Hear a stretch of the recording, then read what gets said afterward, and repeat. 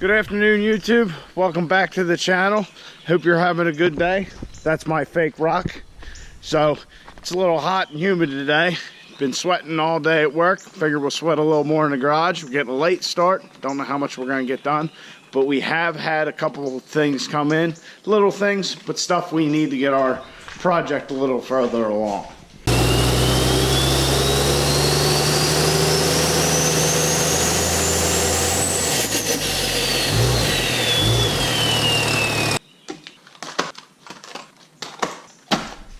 First things first, we have our transfer case bushing. It actually comes in a pack of 4. I got these off the eBay. Honestly, that was the quickest and easiest way I found to find them. So we'll pop that in, get our linkage all sorted. Also, we have some jegs fittings. We have a 1/2-inch tube coupler, 2 -8 AN. We have 2 of those and 2 -8 AN 90s. So this was actually originally ordered when we thought our transcooler was going to go where it was. So I'm not sure if we're going to be able to use these or not. I have a little bit of an idea where we might be able to put the transcooler. So after we do the 4x4 linkage, we'll start on that, and hopefully we don't need any more AN fittings. So let's get to it.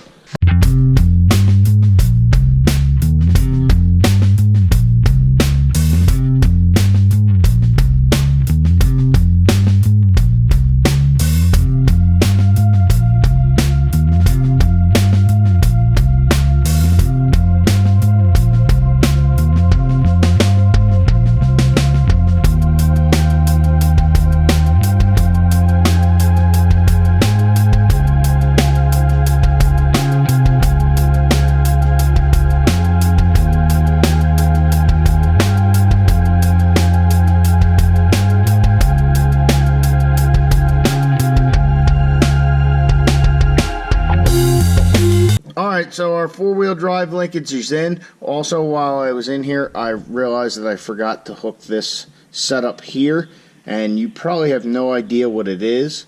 Basically, this arm here that I made up is for the throttle valve portion of the valve body, and what that is actually your throttle input to the transmission on these newer 48REs. As you can see, it has the little embossments here with threads for a throttle valve. That's electronic, and it goes off your throttle position sensor. A throttle valve actuator, something like that. But anyway, it mounts on the transmission like this and sits on top of that thing that I put the bracket on. And then of course it would have electronics for it, like on your 06, 07, 05 trucks. And in the older trucks, like the 48RE trucks, it's actually got another linkage that comes off that goes to your accelerator pedal. When you're running like the anteater, you want to have a static throttle position. Well, I think actually the 47RE guys might leave the throttle linkage hooked up. I can't remember, but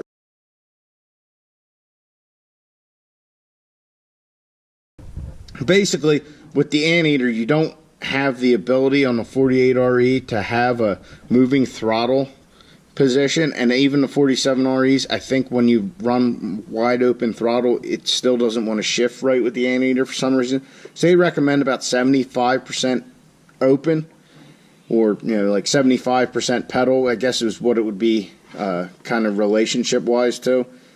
So that's what this linkage does, and then I have a piece of all thread so I can adjust it back and forth if it's not right. As you guys can see, I have the aux cooler loosely mounted back to our frame, because I think I figured out where we can mount it. I was a little frustrated the other night when I pulled it out because it wasn't with the cross member and all that where I had it mounted with the fuel tank. It just, everything wasn't jiving. So I gave it some thought and kind of held the bracket up there without the fan right now. And I think I can still get this in there. I just have to move the mounting holes on my frame back and mount it back to that cross member. But let's find out.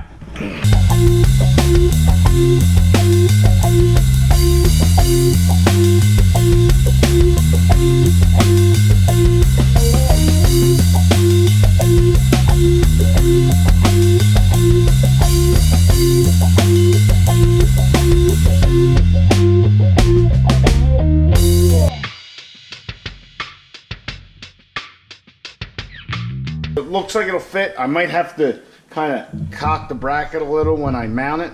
Not too awful much, and then it'll clear the transfer case. The only problem is that it will actually block the transfer case drain. We might be able to still check the fluid, but definitely won't be able to drain it without dropping this. But that's okay, because if we're going to be draining the transfer case, we're probably doing, you know, like yearly maintenance or whatever for the truck. So that's not a big deal, and I can live with that. You know, to drop this cooler is not a big deal, and actually we might not even have to undo our lines when we do it. We might be able to just drop it and kind of like set it on a block. I don't know. I'm not that worried about it. So I kind of got everything sitting in place, and I drew 2 new holes with my Sharpie. We'll actually be using the holes that were the forward holes of the cooler before. They will now be our rear holes for the new places it'll be on the cross member. So we'll drill these out, we'll bolt everything up, and see if it fits when everything's tight.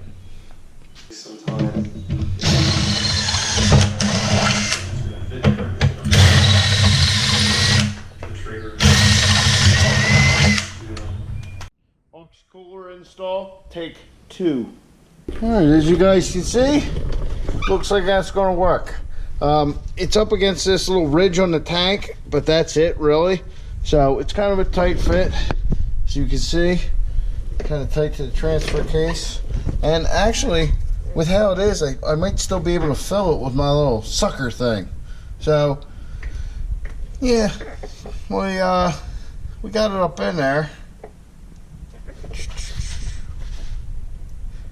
Might as well just drop it down for the time being. We'll fill the transfer case just so it's easy for us, and then we'll mount this thing semi-permanent like.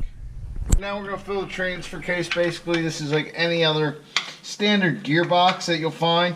You'll typically have a... Holy fuck! You'll typically have a fill port / level check port.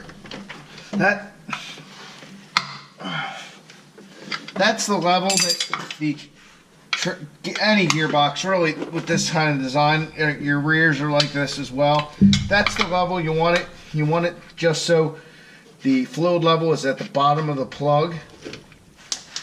So, you know, it's not like a dipstick or anything. You can put your finger in there, see if you got fluid, that kind of thing, and then you have your drain. So, really, seeing the location of the transfer case is kind of a pain in the ass normally. You got to get a funnel and a cord. Well, I have this little sucker thing. I forget, I got it at an auto parts store or something like that one time. Maybe even a Walmart or something, I don't know. But anyway, basically, you pull back on this lever with the tube in your fluid, and it'll suck fluid into it.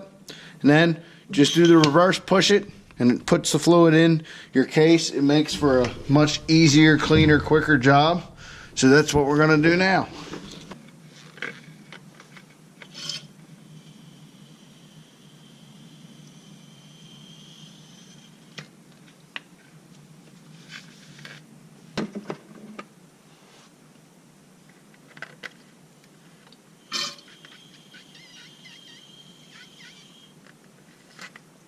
All right, transfer case is full.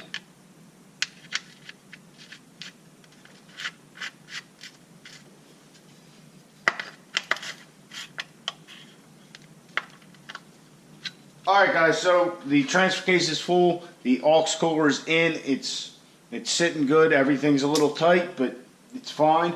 The one line that we already had made up for the transmission will work just perfectly. This other one will actually have to be shortened up a little bit, so we'll reuse this fitting and shorten it up. I don't know if it's really recommended to reuse AN fittings, but I don't see why it would be a problem. So I actually have one with a good end on it, so I'll show you how to assemble this one. We're going to put the 90 on and put it on our transmission and figure out how I want to run the line up and go from there. So basically an AN fitting, you have your braided hose with this rubber liner. You take this end off.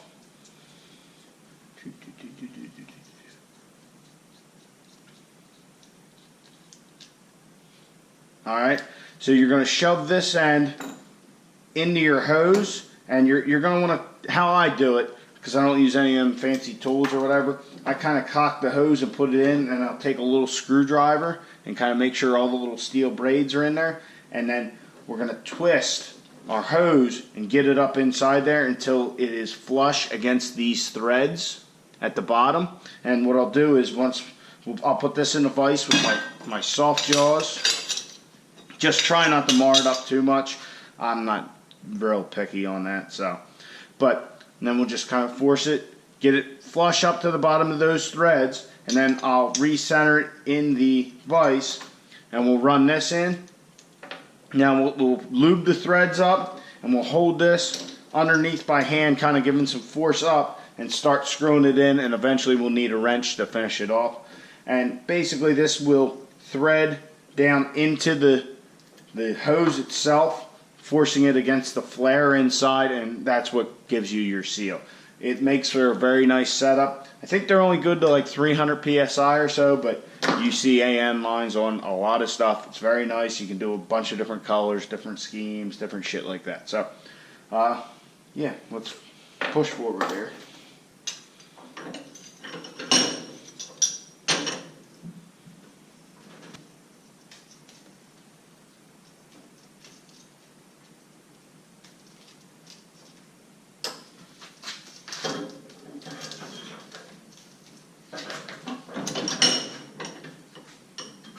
So as you can see, I don't know if you guys will be able to, but the rubber is right up against the threads. That's perfect.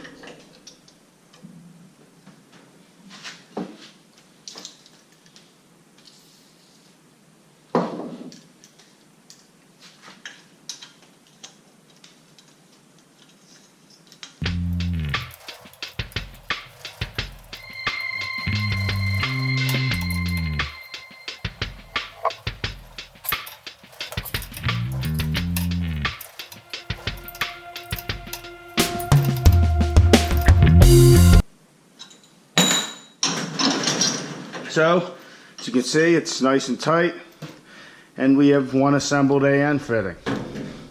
So, I'm actually going to disassemble this one. I'm going to put a little duct tape on it. I'll cut it with a grinder, and then usually before I take the tape off, I'll make sure it's fine. If not, I'll take the snips and just kind of clean up the edges a little. Usually it's not too bad. So, alright guys, so our last transmission line's done, but so am I.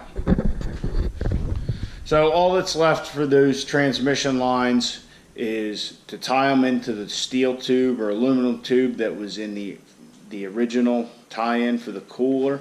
So we'll do that next, and that and our anteater install, and we'll be done with the transmission stuff, that and connect the drive shafts, of course. So our 48RE swap is just about complete.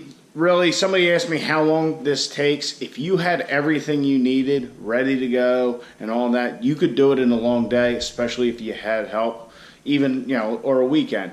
It's not that hard. If you can pull the transmission out, you can do it.